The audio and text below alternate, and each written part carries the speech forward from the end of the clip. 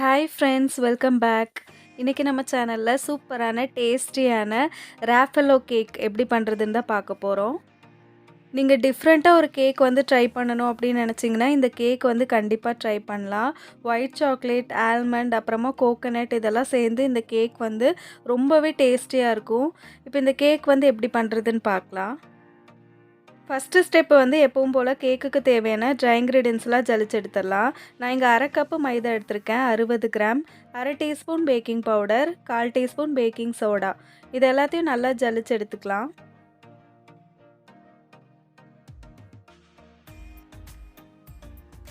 சலிச்சு எடுத்ததுக்கப்புறம் நல்லா மிக்ஸ் பண்ணிக்கலாம். இது கூட இன்னும் ஒரே ஒரு இன்க்ரீடியன்ஸ் மட்டும் சேர்க்க வேண்டியிருக்கு. கடைசியாக இந்த ட்ரை இன்க்ரீடியன்ஸ் கூட 1/4 கப் அளவுக்கு ஆல்மண்ட் ஃப்ளோர் சேர்த்துக்கிறேன்.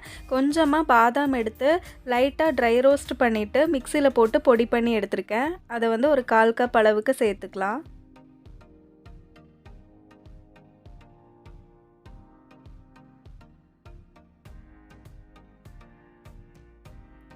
இப்போ ட்ரை இன்க்ரீடியன்ஸ்லாம் நல்லா மிக்ஸ் பண்ணதுக்கப்புறம் கேக்குக்கு தேவையான வெட் இன்க்ரீடியன்ஸ் என்னென்னு பார்க்கலாம். ஒரு ட்ரையான பவுலில் 2 முட்டை எடுத்திருக்கேன்.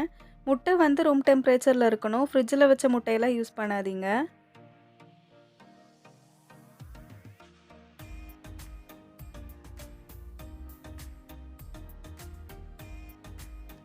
இப்போ இதில் ஒரு பிஞ்ச் அளவுக்கு உப்பு சேர்த்துக்கலாம். ஒரு 1/2 டீஸ்பூன் நான் வந்து வெனிலா எசன்ஸ் எடுத்து வச்சுருக்கேன். அதை சேர்த்து பீட் பண்ண ஆரம்பிச்சிடலாம். நீங்கள் எடுத்திருக்க பவுலும் விஸ்கும் ட்ரையாக இருக்கான்னு பார்த்துக்கோங்க. தண்ணி ஏதாவது இருந்தால் முட்டை சரியாக பீட் ஆகாது. இப்போ இதில் 1/2 கப் அளவுக்கு நான் பொடி பண்ண சர்க்கரை எடுத்து வச்சுருக்கேன். அதை சேர்த்துக்கிறேன். நம்ம சேர்த்த சர்க்கரை வந்து நல்லா மெல்ட் ஆகணும். 4லேருந்து 5 நிமிஷம் வரைக்கும் ஹை ஸ்பீடில் பீட் பண்ணிக்கலாம். முட்டையோட கலர்லாம் நல்லா சேஞ்ச் ஆகி பியூர் ஒயிட் கலரில் வரணும். அது வரைக்கும் பீட் பண்ணிக்கலாம். இப்போ நான் ஒரு 4 நிமிஷம் நல்லா பீட் பண்ணிட்டேன். முட்டையோட கலர்லாம் சேஞ்ச் ஆகி வந்திருக்கு. ஒரு 2 டேபிள் ஸ்பூன் சன்ஃப்ளவர் ஆயில் சேர்த்து லோ ஸ்பீடில் பீட் பண்ணிவிட்டு நான் பீட்டர் ஆஃப் பண்ணிடுறேன்.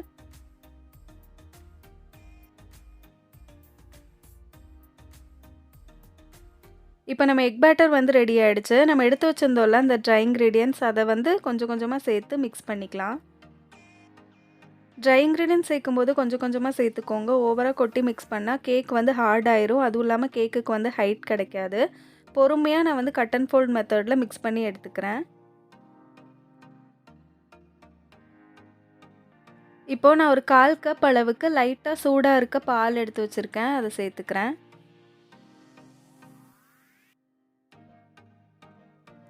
இப்போ கொஞ்சமாக ஃப்ளோர் மிக்ஸ் அப்புறமா பால் சேர்த்து இந்த பேட்டரை வந்து நம்ம ரெடி பண்ணிக்கலாம்.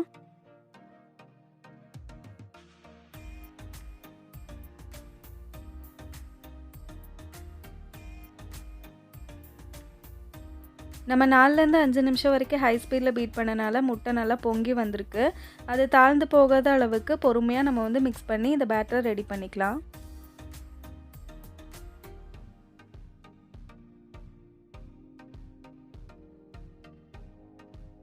இப்போ கேக் பேட்டர் வந்து ரெடி ஆகிடுச்சு. நான் இங்கே 6 இன்ச் கேக் மோல்டில் பட்டர் பேப்பர் போட்டு க்ரீஸ் பண்ணியிருக்கேன்.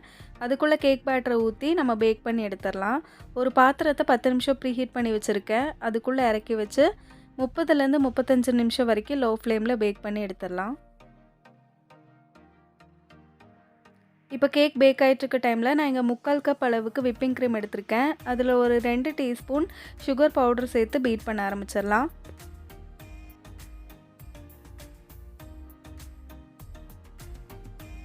இப்போ க்ரீம் நல்லா ஸ்டிஃப் பீக்ஸாக வந்ததுக்கப்புறம் நான் இதில் 1 டேபிள் ஸ்பூன் அளவுக்கு கண்டென்ஸ்டு மில்க் சேர்த்துக்கிறேன்.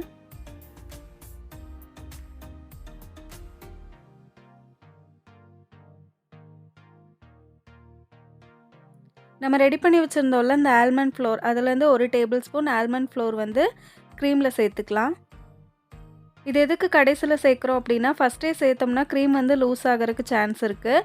அதனால தான் நான் நல்லா பீட் பண்ணதுக்கப்புறம் கடைசியில் சேர்த்துக்கிறேன். இப்போ நம்ம விப்பிங் க்ரீமும் ரெடி ஆகிடுச்சு. ஒரு 35 நிமிஷம் ஆயிடுச்சு. கேக்கை பார்க்கலாம். கேக் வந்து சூப்பராக பேக் ஆகிருக்கு. கேக் பேக் ஆன உடனே கேக் டின்லேருந்து வெளியே எடுத்துடலாம். இப்போ நம்ம கேக் பாருங்கள், நல்லா சாஃப்ட் அண்ட் ஸ்பாஞ்சியாக வந்திருக்கு. நம்ம ஆல்மண்ட் ஃப்ளோரில் சேர்த்துருக்கோம்ல, அதனால இந்த கேக் வந்து ரொம்ப யம்மியாக இருக்கும். கேக் வந்து கம்ப்ளீட்டாக கூல் ஆனதுக்கப்புறம் நான் 3 லேயராக கட் பண்ணி வச்சுருக்கேன். ஐசிங் பண்ண ஸ்டார்ட் பண்ணிடலாம். ஒரு டர்ன் டேபிள் மேலே ஒரு கேக் போர்டு வச்சுருக்கேன். கொஞ்சமாக க்ரீம் தடவிட்டு ஃபஸ்ட் லேயர் கேக் வச்சுட்டு சுகர் சிரப் வச்சு வெட் பண்ணிக்கலாம். நான் இங்கே சுகர் சிரப்பில் ஒரு 2 டேபிள் ஸ்பூன் அளவுக்கு மில்க் மேட் சேர்த்துருக்கேன். கேக்கை நல்லா வெட் பண்ணதுக்கப்புறம் ஃபஸ்ட் லேயர் க்ரீம் கொடுத்துக்கலாம்.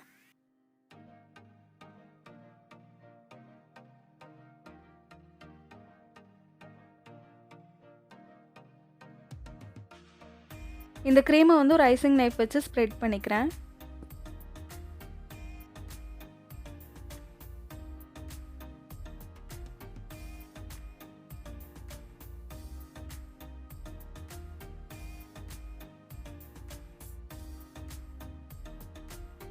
கேக்குக்குள்ளே ஃபில்லிங்காக நான் வந்து ஒயிட் சாக்லேட் கனாஷ் எடுத்து வச்சுருக்கேன். அதை சேர்த்துக்கிறேன். நீங்கள் கிரேட் பண்ண ஒயிட் சாக்லேட்டும் அப்படி இல்லைன்னா சாக்கோ சிப்ஸ் கூட சேர்த்துக்கலாம். அடுத்தது கொஞ்சமாக பாதாம் வந்து சாப் பண்ணி வச்சுருக்கேன். அதை சேர்த்துக்கிறேன். அடுத்த லேயர் கேக்கு வச்சு சுகர் சிரப் வச்சு வெட் பண்ணதுக்கப்புறம் நெக்ஸ்ட் லேயர் க்ரீம் கொடுத்துக்கலாம். உள்ளே ஃபில்லிங்காக கட் பண்ணி வச்சுருக்க ஆல்மண்ட்ஸும் ஒயிட் சாக்லேட் கனாஷும் சேர்த்துக்கலாம். இதே மாதிரி நம்ம 3 லேயரும் ரெடி பண்ணிக்கலாம்.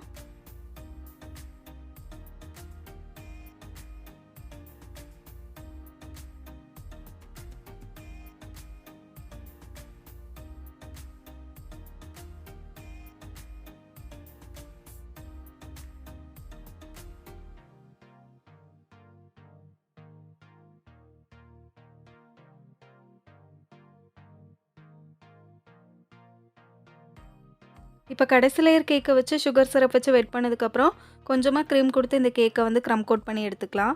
க்ரம் கோட் பண்ண கேக்கை 10 நிமிஷம் ஃப்ரிட்ஜில் வச்சு செட் ஆனதுக்கப்புறம் ஃபைனல் கோட்டிங் கொடுத்துக்கலாம்.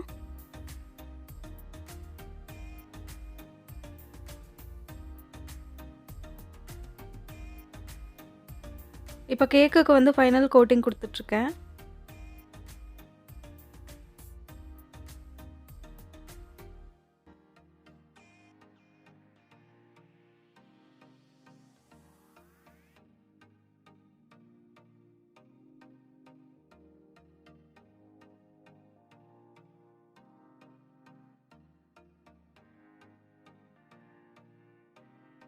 ஒரு ஸ்க்ரேப்பர் எடுத்திருக்கேன். அதை வச்சு கேக்கை வந்து லெவல் பண்ணிக்கலாம்.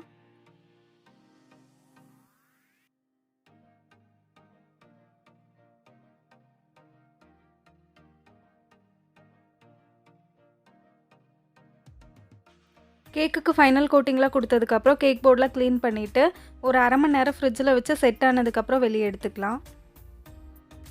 கேக் இருக்கட்டும், அதுக்குள்ளே நம்ம வந்து ஒரு ராஃபெல்லோ சாக்லேட் ரெடி பண்ணிக்கலாம். இப்போ இந்த சாக்லேட் பண்ணுறதுக்காக கொஞ்சமாக டெசிகேட்டட் கோகோனட் எடுத்திருக்கேன். அப்புறம் கொஞ்சமாக வேஃபர் ஷெல்ஸ் எடுத்திருக்கேன். பாதாம் வந்து ஊற வச்சு தோல் உரித்து எடுத்து வச்சுருக்கேன். அப்புறம் கொஞ்சமாக ஒயிட் சாக்லேட் வந்து டபுள் பாயிலிங் மெத்தடில் மெல்ட் பண்ணி எடுத்து வச்சுருக்கேன். உங்களுக்கு எவ்வளோ சாக்லேட்ஸ் வேணுமோ அந்தளவுக்கு இன்க்ரீடியன்ட்ஸ் எடுத்துக்கோங்க. இப்போ வேஃபர் ஷெல்ஸில் வந்து நான் ஒயிட் சாக்லேட் கனாஷை வந்து ஃபில் பண்ணியிருக்கேன். ஒயிட் சாக்லேட் கனாஷ் வந்து ஒரு 1/4 கப் எடுத்திருக்கேன். அதில் ஒரு 2 டேபிள் ஸ்பூன் விப்பிங் க்ரீம் சேர்த்து டபுள் பாயிலிங் மெத்தடில் மெல்ட் பண்ணியிருக்கேன். அதை வந்து உள்ளே ஃபில் பண்ணிக்கிறேன். பாதாம் எடுத்து வச்சுருந்தோம்ல, அது வந்து ஒவ்வொரு ஷெல்குள்ளே வச்சிடலாம். 1/4 கப் அளவுக்கு ஒயிட் சாக்லேட் எடுத்திருக்கேன். அதை டபுள் பாயிலிங் மெத்தடில் மெல்ட் பண்ணியிருக்கேன். அது ஒரு பைப்பிங் பேக்கில் போட்டு சைட்ஸில் இந்த மாதிரி பார்டர் கொடுத்துக்கலாம். அப்போ வந்து இன்னொரு ஷெல் வைக்கும்போது கரெக்டாக ஒட்டும், அதுக்காக தான்.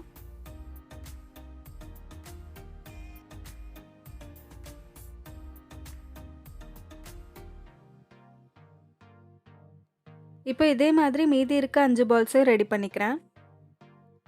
பால்ஸ் ரெடி ஆனதுக்கப்புறம் ஃப்ரிட்ஜில் ஒரு 5 நிமிஷம் வச்சோம்னா செட் ஆகிடும். இப்போ கொஞ்சமாக ஒயிட் சாக்லேட்டை கிரேட் பண்ணி டபுள் பாயிலிங் மெத்தடில் மெல்ட் பண்ணி எடுத்து வச்சுருக்கேன். இப்போ ஒவ்வொரு பாலாக இதில் வந்து கோட் பண்ணிக்கலாம்.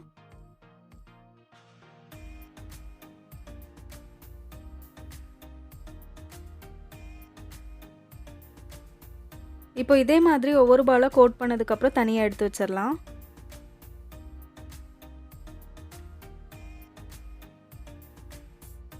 இப்போ பால்ஸ் எல்லாமே ஒயிட் சாக்லேட்டில் வந்து கோட் பண்ணியாச்சு.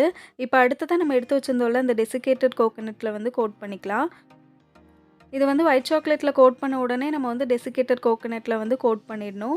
வெளியே வச்சுட்டோம்னா சாக்லேட்டில் வந்து ஒட்டாது. இப்போ நம்மளோட ராஃபெல்லோ பால்ஸ் வந்து ரெடி ஆகிடுச்சு. ஃப்ரிட்ஜில் வச்சு நல்லா செட் பண்ணிக்கலாம். இப்போ நம்ம ஃபைனல் கோட்டிங் குடுத்து ரெடி பண்ணி வச்சிருந்தோம்ல, அந்த கேக்க வந்து வெளிய எடுத்ததுக்கப்புறம், டெசிகேட்டட் கோகோனட் வச்சு இந்த கேக்க வந்து நான் ஃபுல்லா கவர் பண்ணிக்கிறேன்.